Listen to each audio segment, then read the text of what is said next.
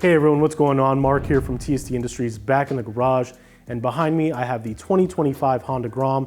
This is the 4th generation model in their Honda Grom lineup. And it is very similar to the 3rd generation Grom that we first saw in 2022. And for that reason, a lot of these parts are interchangeable. But as you can see on the table in front of me, we have just a quick look at some of the products that we offer for the 2025 Honda Grom. So in this video, we will be showing you the installation process of our TST Industries LED front pod turn signals. That can cover signals like our Mech Evo pod turn signals, which are our newest addition into our pod turn signal lineup, or signals like our BL6s. Now it is important to note that by default, the signals by themselves are not plug and play, but with the help of our TST plug and play harness converters, you can have a seamless OEM style connection to enable the correct functionality of your pod turn signals.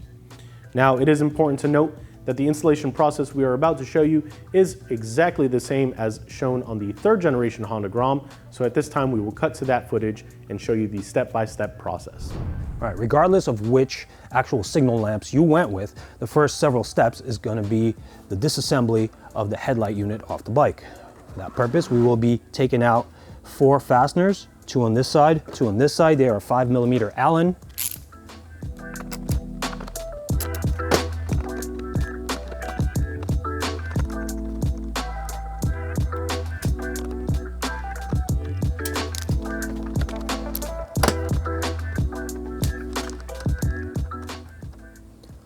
Once those fasteners are out, we pull up on the light, and then we'll get to this connector.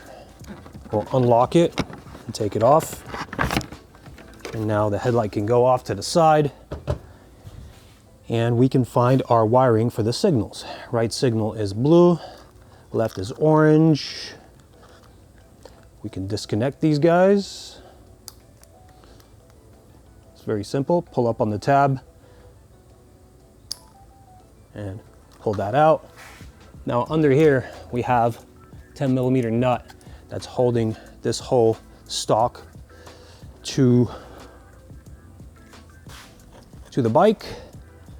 Let's go ahead and take that out.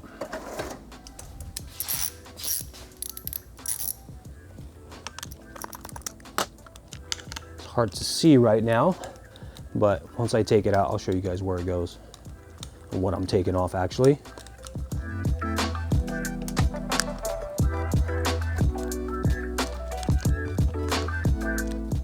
So the 10mm nut that I took off from the inside there goes on top of this stud here that goes through the rubber. And once that's out and we've taken out the opposite mating end of the metal connection that sandwiches together, this can just be deformed like this and taken out. And we'll just have to manage all these components through. I do think that this metal piece has to come off the harness first. All right, so the original configuration within this well here looks like this. On the inside, it's capped off with this nut. So this is what you'll see on the inside here. This nut comes off, this metal piece comes off, take it all off, take this out, deform and pull, and now the whole signal's out. I'm going to repeat the steps on this side.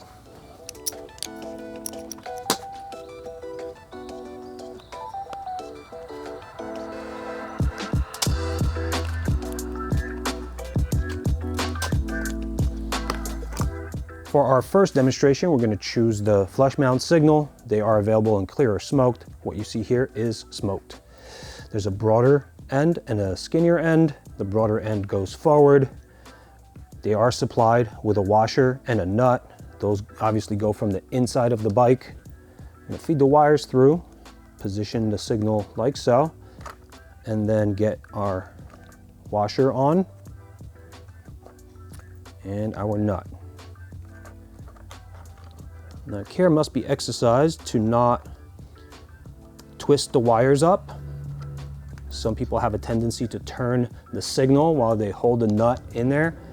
if you turn that this way and hold the wires, they will get twisted up and yanked out from the circuit. We don't want to do that. That makes the signal not work. So just want to make sure that we're turning the nut. Once that bottoms out, I'm going to attempt to use a 17mm wrench in there. That is actually pretty impossible. So we're going to gain more access under there. 2 5mm Allen screws here. We'll take this shroud off.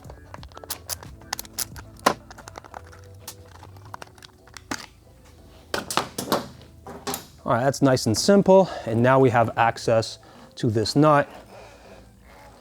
Now you have to exercise care in how much you tighten this. You just want to preload the threads just a little bit and bow that washer in a little bit. Do not go past this point because you're running the risk of actually fracturing the stud from the signal, and that will make this lamp very unusable and void your warranty. So let's not do that.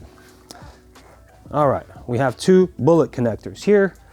Grab our 3-to-2 converter. If you're not doing the running light module, this is what you'll be presented with. Yellow to yellow, black to black, very simple. And these connectors, these harnesses do have these insulating caps, but they do have a tendency to slide off sometimes. And if they touch each other or the ground, you will cause a short circuit and you will blow a fuse, rendering your signals unusable. So what we do is lock these connections down with electrical tape.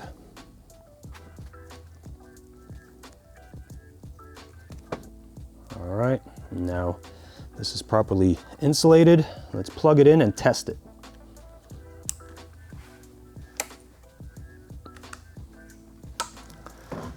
Okay, we do have light coming out of it, but it's solid. Like I mentioned before in my intro, if you still have your stock signaling relay, this will be a common symptom that you'll find.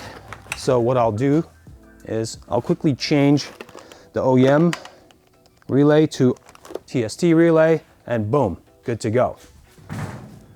This is a separate component. Not everybody needs it. Some people already have them installed. That's why we don't sell them together with the signals.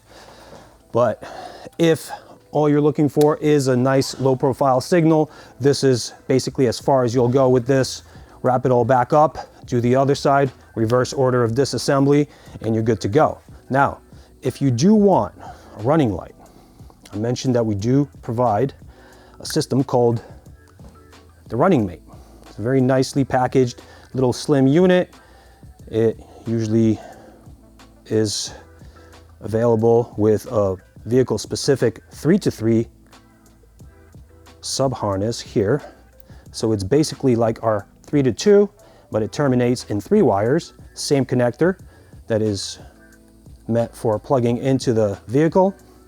And you basically just replicate red to red, black to black, red to red, brown to brown, blue to blue, and you would go with the same exact procedure for insulating these, making sure that the insulator caps don't slide off. I'm not going to show redundant steps. What I'm going to show is the difference in functionality once we plug this setup in. So let me take this connector off, replace it with this. On the signal connection here, it's yellow to yellow, black to black. We try to keep it simple for you guys. And again, you need to lock these guys down. But I already showed you how to do that, so I will not demonstrate it again. We'll just show you how this works when it's all plugged in.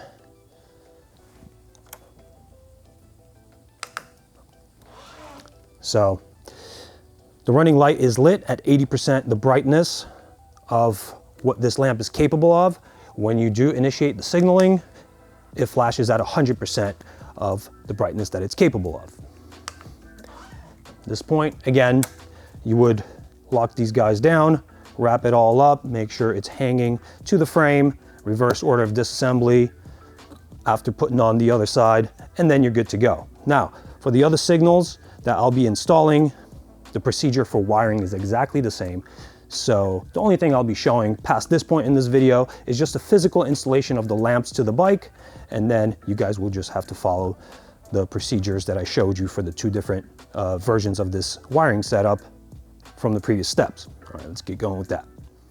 The second installation we'll be performing is with the BL6 signals. What you see here are the light smoked version. They also do come in clear. Choice is yours.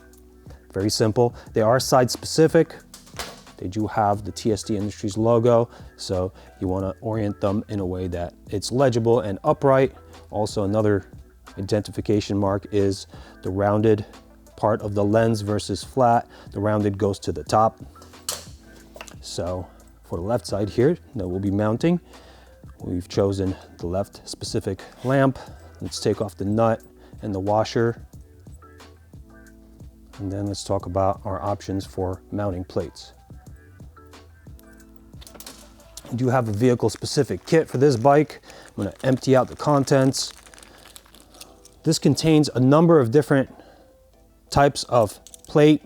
I typically just go with this shaped plate for each side, and then a round washer for each side. Reason being, I like the washer to deform in there. That prevents the nut from spinning back off. We do provide several different types of plate, so you can actually freestyle this installation. Choice is yours. This is what I recommend though. So we'll grab one of these. To make this installation as easy as possible, I like to pre-configure this out of the bike. So large outer plate first, and then the round washer.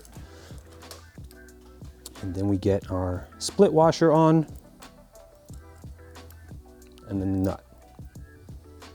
Now once these things are all on the wiring, we can get this through here and get the interior components passed through like so.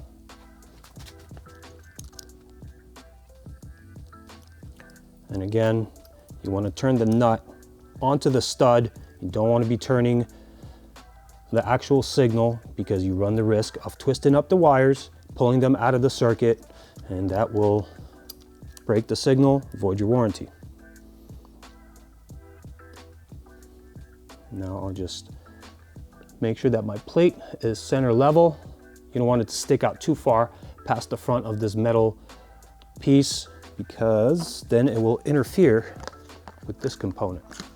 So what I like to do is just basically make it pretty much flush with the metal part here, and then make sure that my signal is actually going to be firing parallel to the ground. And using a 12mm open-ended wrench, I'm going to tighten this connection down. I want to make sure that we preload this connection so that vibrations don't loosen it. We do have a split washer on there. We do have several plastic components that are forming themselves around the other geometry of the components here, and that will hold everything together, prevent it from slipping around and vibrating off. All right, so that's pretty much it. Looks like this on the inside. Not much to it, very simple procedure.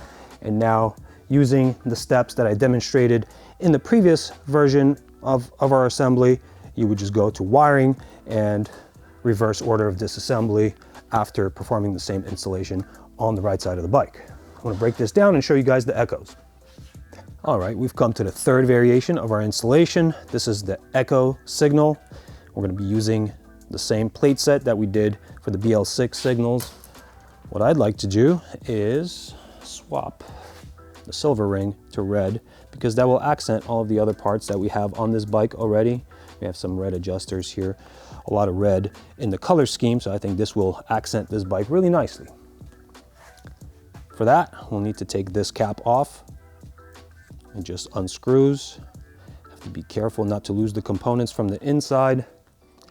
There is a small O-ring right here that will need to be pried up and away. Try not to damage it. That prevents water from getting into your signal when it's built. We just need to nudge it off the threaded portion. I'm just using a pick here. You could actually use sewing needle, a safety pin, or something like that. It's fairly simple, but you want to make sure that it goes back on there. And once that O-ring's off, this ring just slips off. We put our new ring on, and the rest is the reverse order of disassembly. Just make sure that you seat the O-ring all the way down past the threaded portion. And then when you get the cap on, you want to make sure that you bottom it out and tighten it. If you don't tighten it, chances are it'll vibrate off while you ride. You don't want to do that. All right, from this point forward, it's very similar to the BL6. Take the nut and washer off. This particular signal does not have a split washer, it has a flat washer. And we'll pre-configure the larger plate with the domed part outwards. We have our large plastic washer, metal washer that came off the signal, and finally the nut. It's very, very simple, same as BL6. We just get the internal components through this hole, get it all lined up, and initiate the threads. Make sure our light beam will be parallel to the ground. Make sure that the front of this plate is pretty flush with the metal part here. And once again, we want to preload all these components against each other without turning them in so far with so much force that we start breaking the plastic.